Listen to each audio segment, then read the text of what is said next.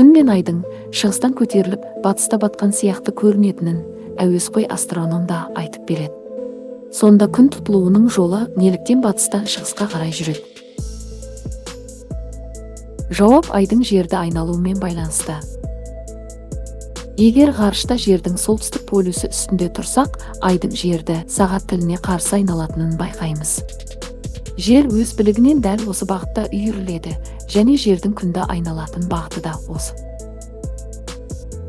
Дегенмен жер өз білігінен небәрі 24 сағатта бір үйіріледі, ал айға жерді айналып шығуға әлдеқайда көп уақыт, 27 күндей қажет. Жердің үйірілуімен салыстырғанда ай 2 еседен артық жылдам жүргенмен, оның жолы да әлдеқайда ұзын. Ай айналымын аяқтағанша жер әлдеқайда тезірек үйіріліп шығатындықтан, ай аспанда шығыстан батысқа қарай қозғалғандай болады. Күн мен жұлдыздар сияқты. Егер жер қозғалмай тұрса, ай батыстан шығып, шығыста батқан сияқты көрінер еді, бірақ өте баяу. Айға аспанды басып өтуге 14 күн қажет болмақ, сосын 14 күнге жоғалып кеткен соң қайта пайда болар еді. Айдың неге шығыстан батысқа жылжыған сияқтанатынын қарапайым мысалмен көрсетейік.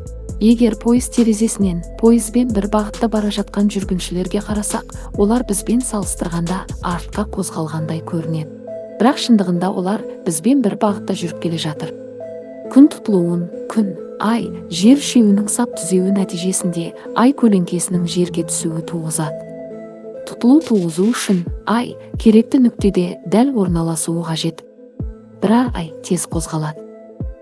Ол сағатына 3600 км жылдамдықпен жүреді.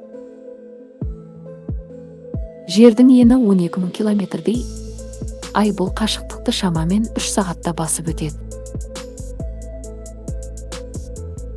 Жер сағатына бар болғаны 1600 км жылдамдықпен үйірілетіндіктен, ол біраз қашықтыққа үйіріліп үлгіргенше ай көлеңкесі жер бетімен тез өте шығады.